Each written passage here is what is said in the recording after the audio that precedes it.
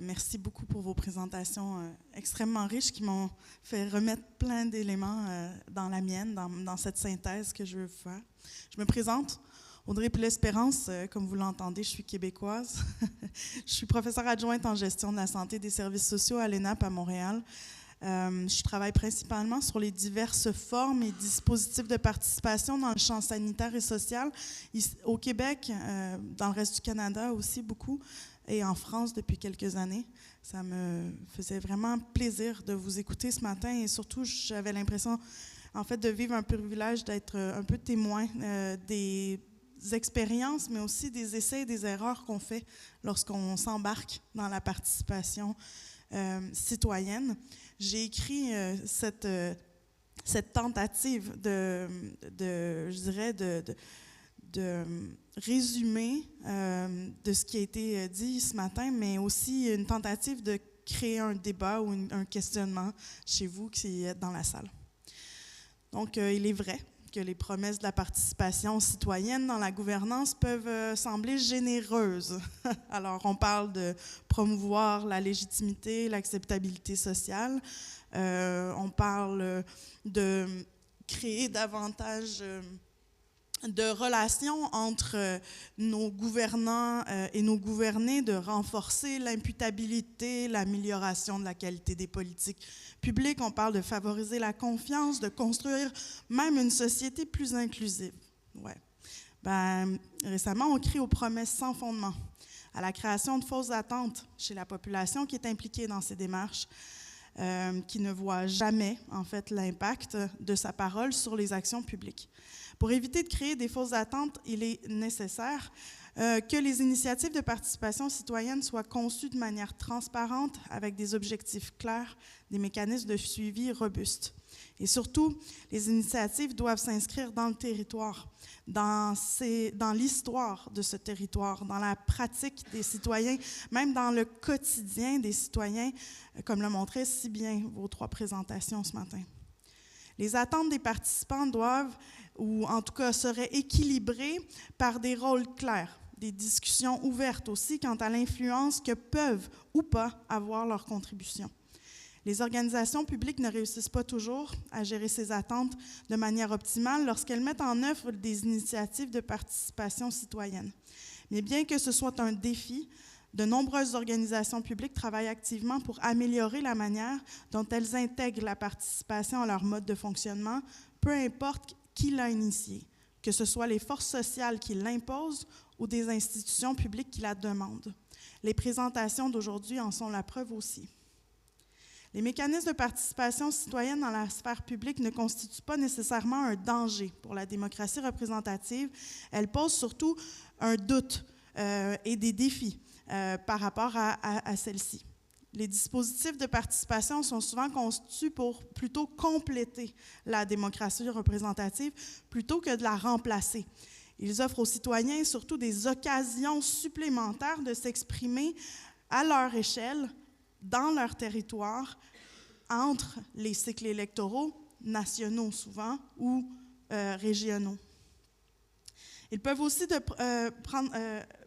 prendre en compte une plus grande diversité de points de vue, surtout ceux des moins entendus dans l'espace de représentation, de mieux répondre aux attentes et aux besoins des citoyens qui sont directement impactés par ces décisions. Je rajoute ici que c'est une tension dans notre espace public d'entendre des voix marginalisées, stigmatisées, peu entendues et qui souvent ne font pas leur place dans le discours de la démocratie représentative. Bien sûr que si les processus participatifs ne sont pas bien conçus, ils peuvent donner une voix disproportionnée à certains groupes plus organisés, plus vocaux, au détriment d'une représentation qui serait équilibrée, plus équilibrée de l'ensemble de la population. Et bien sûr, les élus doivent prendre en compte des considérations qui sont beaucoup plus larges et souvent, la décision finale pourra faire fi des résultats de la démarche participative. La question que j'ai envie de soulever aujourd'hui est la suivante. La tension entre démocratie représentative et la participation citoyenne n'est-elle pas créée en grande partie par une méconnaissance de la multitude des formes de participation citoyenne qui se superposent dans l'espace public français, québécois, international?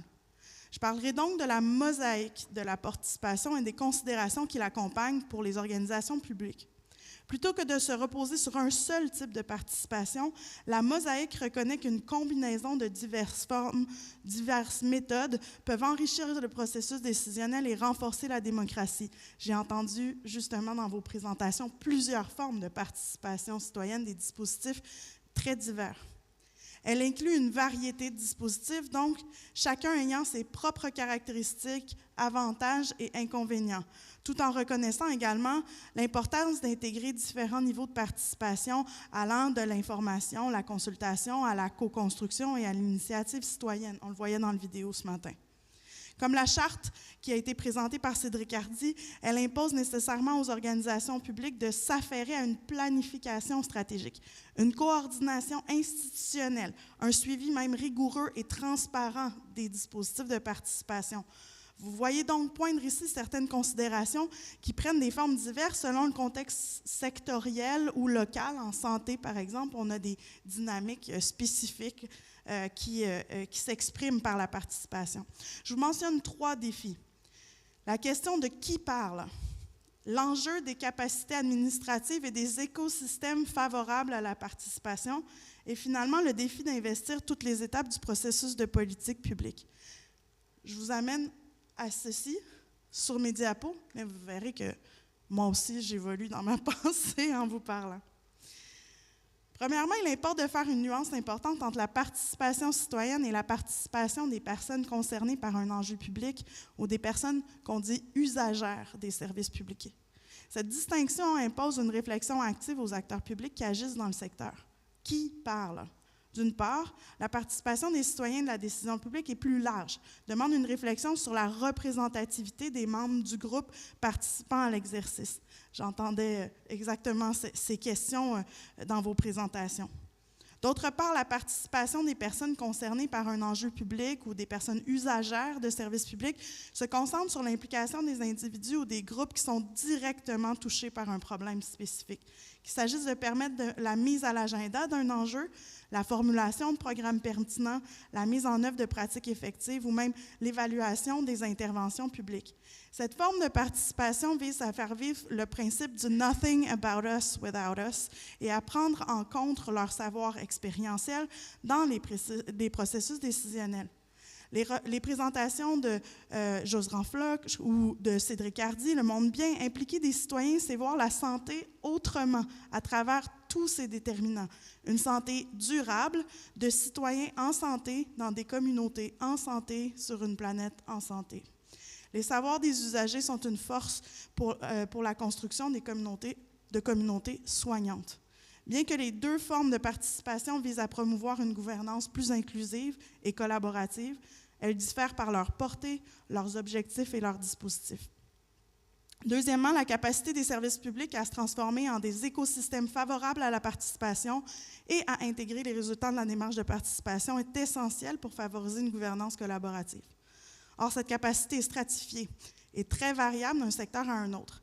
Elle repose sur plusieurs éléments clés qui, ensemble, créent un environnement propice à l'implication active des citoyens dans les processus décisionnels.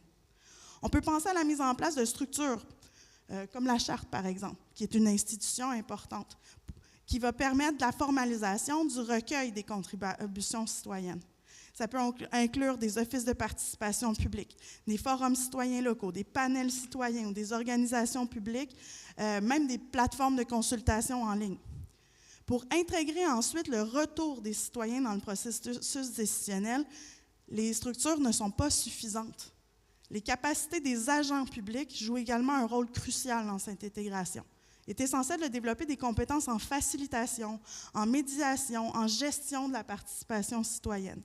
Une culture organisationnelle qui valorise et respecte les contributions des citoyens doit être encouragée, valorisée. Des systèmes de rétroaction doivent être mis en place et les citoyens devraient savoir c'est quoi l'impact de leur contribution. Ouais, bon. En somme, il faut soutenir les initiatives. Il faut des ressources financières et logistiques adéquates et pérennes. Pérenne, le mot est souligné 2 fois dans mon texte. Il faut souvent argumenter afin de mettre en évidence la plus-value des démarches de participation citoyenne sous peine de perdre des financements. À titre d'exemple, l'Office de la participation publique de Montréal, qui est reconnu comme un exemple dans le secteur municipal chez nous au Québec, mais aussi partout ailleurs, a le même budget annuel alloué par la Ville depuis maintenant 20 ans. Ils répondent donc à une demande beaucoup plus importante que jadis, avec exactement les mêmes ressources financières, malgré l'inflation et la professionnalisation des spécialistes de la participation, donc des salaires plus chers. Moins d'argent, plus de contraintes. Finalement, les objectifs de démarche de participation peuvent varier en fonction de l'étape spécifique du processus de politique publique.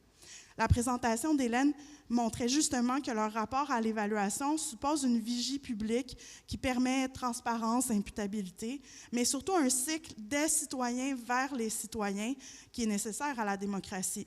Chaque étape du processus nécessite une approche spécifique et les mécanismes et dispositifs de participation à ces différentes étapes peuvent complètement différer ou même changer de forme. L'objectif pourrait être de permettre aux citoyens de comprendre les enjeux, les décisions publiques, tout autant que de permettre un dialogue entre différents groupes sociaux seulement pour promouvoir la compréhension mutuelle ou même résoudre des conflits. Donc, l'objectif peut être divers. À titre d'exemple, on peut mentionner les expériences danoises de réduction progressive des mesures sanitaires pendant la pandémie grâce à des forums citoyens permettant de déterminer ce qui était socialement acceptable à chaque vague de la pandémie. À travers le dialogue public, le décideur pouvait s'imprégner, s'intéresser à où en était sa population au même moment. Et donc, si les dispositifs de participation étaient en fait des modes de dialogue et d'apprentissage mutuel, d'abord et avant tout, apprentissage social. Je parle souvent d'apprentissage social plutôt que d'influence politique lorsque j'aborde la question de la participation pour atténuer un peu les résistances, mais aussi pour montrer que les mécanismes d'intégration sont variables. Considérer la participation publique comme une seule et même démarche, comme un bloc monolithique d'objectifs de moyens, présente plusieurs enjeux et risques, car cela simplifie à l'excès la diversité, la multiplicité des processus participatifs et leurs retombées. La participation citoyenne dans la gouvernance publique est effectivement plurielle. Cette pluralité se manifeste à travers divers aspects tels que la forme des dispositifs, les niveaux de participation, l'adaptation aux étapes du processus de politique publique, la différenciation par secteur et contextes locaux, la distinction entre la participation des citoyens et des usagers, et j'en passe. La pluralité de la participation dans la gouvernance publique est essentielle pour maximiser son efficacité, son inclusivité et son impact. Et c'est en reconnaissant et en intégrant cette diversité que les décideurs publics peuvent mieux répondre aux besoins variés des citoyens et à renforcer la gouvernance démocratique. J'en appelle donc à une approche nuancée et flexible, ce que j'ai l'impression que tous vos milieux adoptent aussi. Une approche qui permet aussi l'essai et l'erreur, donc l'expérimentation en participation citoyenne. Merci.